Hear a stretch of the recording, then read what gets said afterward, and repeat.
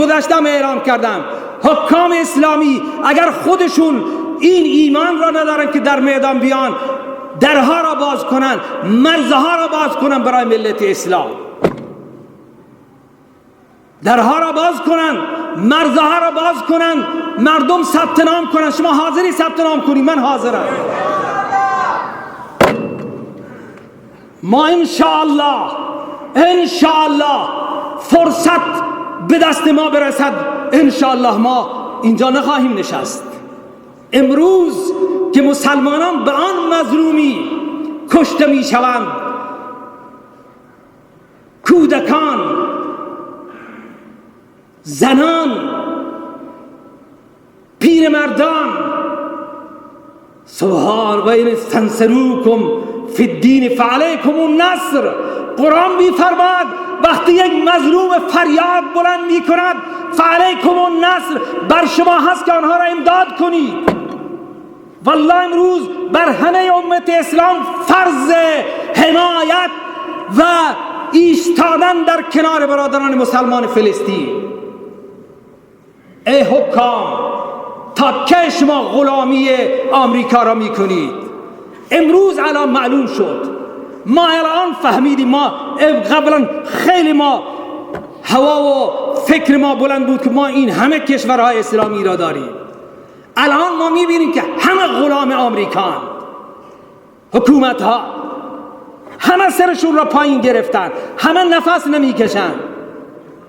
فقط اینقدر شد که بایدن نامرد دنیا به جایی که دفع ظلم بکند که خود را، من گفتم کد خدای محل داره. کد خدای این نیست که یک طرف ظالم را حمایت کرد و مظلوم را گذاشت.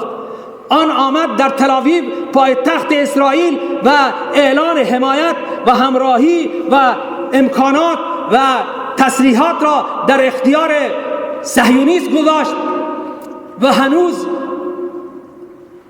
آرزومند بود که کشورهای اسلامی بیان جلوش استقبال بکنن، ولی الحمدلله همینقدر غیرت داشتن که به نهایت فضاحت و به نهایت ذلت از تل-آویو پرواز کرد، به آمریکا برگشت. میخواست با پادشاه اردن ملاقات بکنه و نمیدونم با کی و کی ملاقات بکنه، ولی الحمدلله حتی که سربراه فلسطین خودگردان هم حاضر نشد ملاقات بکنه، با نهایت ذلت و پستی و خواری برگشت. این درسی بود برای آن که بفهمد که چقدر ارزش داره. ولی ما همینطور الکی از این قدرت‌های پوشاله‌ای ما خود به خود میترسیم. والله اگر شما یک روز کمر همت ببندید و رو کنید به فلسطین، شما میبینید که اینها مانند مار و ملخ اینها به سوراخشون میرند و فرار میکنند و به هوا میرند.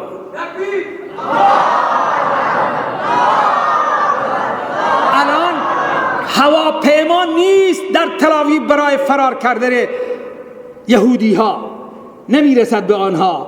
الان همین الله اکبره که شما اینجا گفته ای آنها الان یک نفر اهل این سرزمین آخر نیستن. اینها از آلمان و آمریکا و از انگلیس و از گوشه گوشه دنیا اینجا جمع شدنده. اینها که صاحب خانه نیستن، این صاحب زمین نیستن. این زمین مال مسلمان ها، مال اهل شامه، مال عرب ها، مال مسلمان ها هست. عرب که من نباید بگم مسلمان. الان با همین یک راکت، چند راکتی که اینها زدن، الان نوبت نمیرسه به آنها، فرصت نمیرسه که فرار بکنن. شما اگر یک هفته بیای به میدان، خدا میدانه بدون جنگ سرزمین اشغالی انشالله خالی می شود و تحویل به شما داده میشه. ولی شرط اینه که بیای در میدان. اینها اهل جنگ نیستن، اینها زندگی را دوست دارند. فرق ما و آنها این هست، ما موت را پسند داریم، شهادت را میخواهیم، آنها زندگی را میخواهند.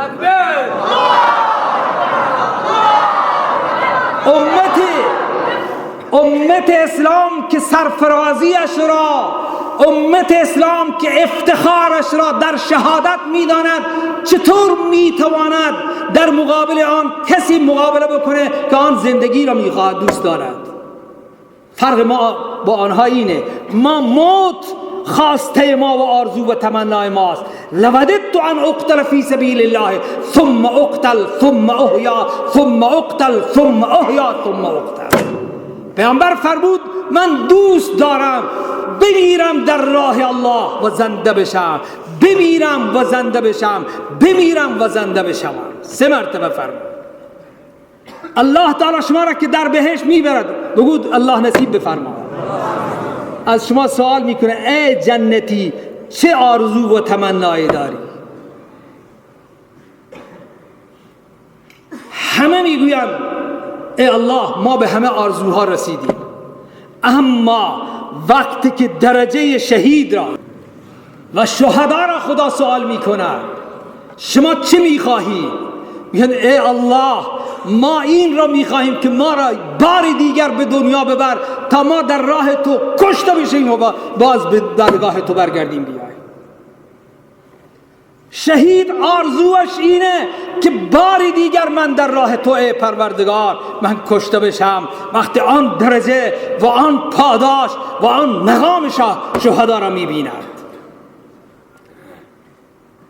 میخوای جای کفشکن بمانی یا میخوای در درجه بالا برید؟ ها بالا میری، برای شهادت خودتون را آماده بکن. الله اکبر. شوق شهادت مٹ نہ سکا، شوق شہادت مٹ نہ سکا، اللہ اللہ ایسے ایمان.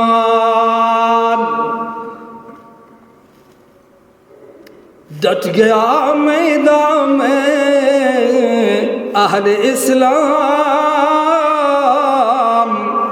اللہ اللہ ایسے